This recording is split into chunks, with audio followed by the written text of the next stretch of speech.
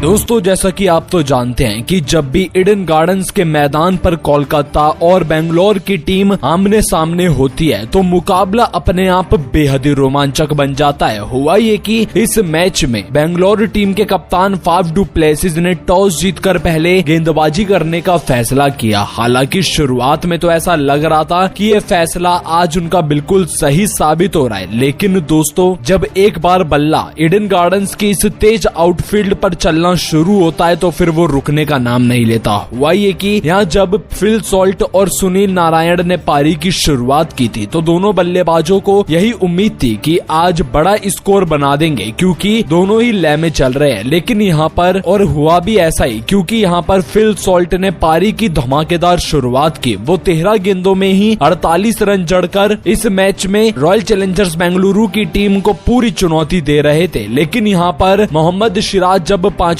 Over लेकर आए तो दूसरी ही गेंद पर उन्होंने रजत पाटीदार के हाथों फिल सॉल्ट का कैच थमा दिया और ये विकेट कोलकाता की टीम को पहला बड़ा झटका देकर गया। अब फिल सॉल्ट तो 48 रन बनाकर आउट हो चुके थे, जैसा कि आप सब यहाँ पर स्कोर कार्ड में भी देख सकते हो। और उनके आउट हो जाने के बाद मैदान पर उतरे अंगकृष रघुवंशी, जहाँ सुनील नारायण और अंगकृष रघुवंशी पर अब पूरी जिम्मेदारी थी अपनी टीम के लिए स्कोर को आगे बढ़ाने की। लेकिन दोस्तों यहाँ पर आज के इस मैच में सुनील नारायण पहले ही गेंद से काफी दिक्कतों में दिखाई दे रहे थे। कभी गेंद जाकर उनके पैर पर लग रही थी तो कभी बाउंसर गेंदें उनको तंग कर रही थी और सुनील नारायण समझ नहीं पाए कि आखिर यश दयाल ने छठे ओवर में कौन सी गेंद डाली कि वो सीधा विराट कोहली को कैच थमा बैठे और इसी के साथ 10 रन बनाकर सुनील नारायण की पारी भी यहीं समाप्त हुई। और आपको जानकर अचंभा होगा कि शुरुआत इतनी अच्छी मिल जाने के बावजूद भी कोलकाता की टीम ने यहाँ अपने 2 विकेट मात्र 66 रन के कुल स्कोर पर गवा दिए थे। अब यहाँ से पूरी तरह मैच डगमगा चुका था और लगने लगा कि केकेआर की टीम अब नहीं टिकने वाली आरसीबी की टीम के आगे, क्योंकि यहाँ पर गेंदबाजी काफी अच्छी हो रही थी। और फिर यही लय बरकरार रखते हुए केकेआर की तरफ से जब अंगकृष रघुवंशी और वेंकटेश अय्यर बल्लेबाजी कर रहे थे तो यहाँ पर अंगकृष रघुवंशी इसी छठे ओवर में गलती कर बैठे और सीधा कैमरून ग्रीन को कैच थमा बैठे और 3 रन बनाकर अंगकृष रघुवंशी का भी विकेट गिरा। और इसी के साथ 3 झटके 75 रन के कुल स्कोर पर लग जाने के बाद अब वेंकटेश अय्यर और श्रेयस अय्यर पर पूरी जिम्मेदारी थी अपनी टीम को लगभग 150 रन के पार लेकर जाने की। लेकिन यहाँ पर वेंकटेश अय्यर ने जब पारी की शुरुआत की थी तब तो उन्होंने आते से ही 2 गेंदों पर 2 चौके आगे बढ़कर ऐसे लगाए कि मानो आज उनका पूरा इरादा हो कि 100 रन तो उनके बल्ले से कहीं नहीं जाने वाले। लेकिन यहाँ वेंकटेश अय्यर ज्यादा उतावले हो गए और बड़ा शॉट खेलने के लिए फिर से वो गए, जहां कैमरून ग्रीन ने चालाकी से शॉर्ट लेंथ पर गेंदबाजी की और वेंकटेश अय्यर अपने आप को संभालते उससे पहले ही सीधा महिपाल लोमरोर के हाथों में उन्होंने कैच थमा दिया और 16 रन बनाकर वेंकटेश अय्यर भी अपना विकेट गवा बैठे। और ये 4 बड़े झटके 97 रन के कुल स्कोर पर केकेआर को लग चुके थे। अब यहाँ से मैच तो फंस चुका था, लेकिन यहाँ श्रेयस अय्यर और रिंकू सिंह ने हार नहीं मानी। जी हाँ दोस्तों, जब सबसे ज्यादा जरूरत थी अपनी टीम के लिए अच्छी बल्लेबाजी करने की तब श्रेयस अय्यर ने बतौर कप्तानी पारी खेली, जहां उन्होंने रिंकू सिंह के साथ मिलकर 5वें विकेट के लिए 40 रन जोड़े, वो भी 29 गेंदों पर। हालांकि इस बीच रिंकू सिंह लॉकी फर्ग्यूसन का शिकार बने और 24 रन बनाकर अपना विकेट गवा बैठे। लेकिन रिंकू सिंह जब आउट हुए थे तब 137 के लगभग केकेआर की टीम पहुंच चुकी थी। अब रिंकू के आउट हो जाने के बाद फिर अय्यर और आंद्रे रसल ने भार संभाला पूरा, जहां इस दौरान आंद्रे रसल और श्रेयस अय्यर के बीच भी 42 रन की साझेदारी हुई और यहाँ श्रेयस अय्यर ने अपना अर्धशतक तो पूरा किया 35 गेंदों पर। लेकिन दोस्तों अगली गेंद पर वो अपना विकेट भी गवा बैठे, जहां 50 रन की इस पारी में उन्होंने 7 चौके और 1 छक्का लगाया। तो वहीं श्रेयस अय्यर के आउट हो जाने के बाद आंद्रे रसल और रमनदीप सिंह ने अपनी टीम को 200 रन के पार पहुंचाने का काम किया। इस दौरान आंद्रे रसल ने 27 तो वहीं रमनदीप सिंह ने 24 रन की पारी खेली, जिसके चलते कोलकाता की टीम इस मुकाबले में बेंगलोर के आगे 20 ओवर में 6 विकेट गवाकर 222 रन बनाने में कामयाब रही। हालांकि यहाँ पर कोलकाता की टीम ने अब बेंगलोर के आगे 223 रन का लक्ष्य रख दिया था। वहीं बेंगलोर की गेंदबाजी के बारे में आपको बताएं तो यश दयाल, कैमरून ग्रीन ने 2-2 विकेट हासिल किए, तो वहीं 1-1 विकेट मोहम्मद सिराज और लॉकी फर्ग्यूसन को मिला। अब दोस्तों बारी थी रॉयल चैलेंजर्स बेंगलोर टीम की इस मैदान पर आकर शानदार लय से बल्लेबाजी करने की। और वैसे भी दोस्तों ईडन गार्डन्स का मैदान हमेशा से विराट कोहली को रास आया है और उन्होंने आज मैदान पर आते से ही बता दिया कि वो क्या करने के लिए आए हैं। जी हाँ दोस्तों, हर्षित राणा के पहले ही ओवर में 12 रन जड़ देने के बाद विराट कोहली रुके नहीं। यहाँ पर पहले ही 2 ओवर में विराट कोहली और फाफ डू प्लेसिस ने मिलकर 27 रन जड़ दिए थे और यहाँ अब ना तो विराट कोहली थमने का नाम ले रहे थे और ना Faf du Plessis. Shreyas Iyer ने मिचेल स्टार्क, हर्षित राणा से भी गेंदबाजी करवा ली लेकिन कोई फल नहीं मिला। आखिरकार अंततः हर्षित राणा ने विराट कोहली को बेईमानी से आउट कर ही दिया। जी हाँ दोस्तों, कोहली जो कि 6 गेंद पर 18 रन बनाकर खेल रहे थे, यहाँ तीसरे ओवर की पहली गेंद जब हर्षित राणा ने डाली तो सीधा वेस्ट हाइट के ऊपर विराट कोहली की ये गेंद जारी थी और यहाँ कैच भी लपक लिया था हर्षित राणा ने क्योंकि बल्ले से गेंद लग चुकी थी। लेकिन यहाँ पर विराट कोहली बिल्कुल भी संतुष्ट नहीं थे, वो मान रहे थे कि यहाँ गेंद नो बॉल है। लेकिन यहाँ पर थर्ड एम्पायर से उन्होंने डीआरएस लेने का फैसला किया तो डीआरएस की तरफ जब गया फैसला तो वहाँ पाया गया कि विराट कोहली क्रीज से आगे बढ़कर बल्लेबाजी कर रहे थे। जहाँ उनकी वेस्ट हाइट जब देखी गई तो उसके अकॉर्डिंग विराट कोहली के लिए नो बॉल नहीं थी और एम्पायर का मानना था कि ये फेयर डिलीवरी है और विराट कोहली को जानबूझकर एम्पायर ने आउट दिया जिससे कि बेंगलोर की टीम हार सके, वरना पूरी दुनिया तो यही मान रही है कि ये नो बॉल थी। लेकिन दोस्तों अगर टेक्निकली देखा जाए सभी चीजों को मद्देनजर रखते हुए तो विराट कोहली दरअसल आउट ही थे। बाकी दोस्तों यहाँ पर विराट कोहली का जब 18 रन पर विकेट गिरा तो फिर मैदान पर आए विल जैक्स। जब विल जैक्स और फाफ डू प्लेसिस को अब साझेदारी को मिलकर आगे तो बढ़ाना था, लेकिन यहाँ फाफ डू प्लेसिस एक बार फिर से अपने घुटने टेक बैठे। जी हाँ दोस्तों, जब फाफ डू प्लेसिस की जरूरत आरसीबी की टीम को होती है तभी उनका बल्ला चलता नहीं है और वरुण चक्रवर्ती ने आज फाफ डू प्लेसिस को 7 रन पर अपने घर का रास्ता दिखा दिया और इसी के साथ 2 बड़े झटके आरसीबी को 35 रन के कुल स्कोर पर ही लग चुके थे। अब विल जैक्स और रजत पाटीदार ने मिलकर पारी को संभाला, जहां दोनों बल्लेबाजों ने 50 रन की साझेदारी मात्र 30 गेंदों में पूरी कर डाली और फिर एक तरफ जहां विल जैक्स का बल्ला चल रहा था तो दूसरी तरफ रजत पाटीदार भी कहां रुकने वाले थे। दोनों ने मिलकर अपनी टीम को 150 रन के पार पहुंचाया और जीत के करीब भी, क्योंकि यहाँ जब 60 गेंदें बच रही थी तब आरसीबी को जीतने के लिए मात्र 104 रन की दरकार थी और विल जैक्स ने तो ठान लिया था कि इस मैच को जिताकर ही आज वापस लौटना है और रजत पाटीदार ने उनके साथ मिलकर बखूबी साथ निभाया और फिर तो मैदान पर कैमरॉन ग्रीन, दिनेश कार्तिक ने भी कोहराम मचाकर आरसीबी की टीम को जीत की दहलीज पर पहुंचाया। बाकी दोस्तों आप सब यहाँ पर पूरा स्कोर कार्ड भी देख सकते हो और इस मुकाबले को जीती तो वही टीम जो कि इस मैच को जीतने की असली हकदार थी। और अब दोस्तों विराट कोहली यह सब देखकर पूरी तरीके से चौंक गए थे।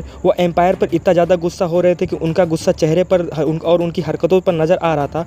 आपको बता दें दोस्तों कि विराट कोहली मैदान से बाहर ही नहीं जाना चाह रहे थे क्योंकि उन्हें विराट कोहली की गलती वाकई में नहीं थी, गलती तो एम्पायर की सूझबूझ की, क्योंकि दोस्तों विराट कोहली साफ तौर पर एक नो बॉल पर आउट दिए गए हैं। इस बात को लेकर सोशल मीडिया पे एक कंट्रोवर्सी हो रही है और विराट का भड़कना भी जायज़ था। लेकिन दोस्तों आप सभी को क्या लगता है कि विराट कोहली वाकई में आउट हुए थे कि नहीं?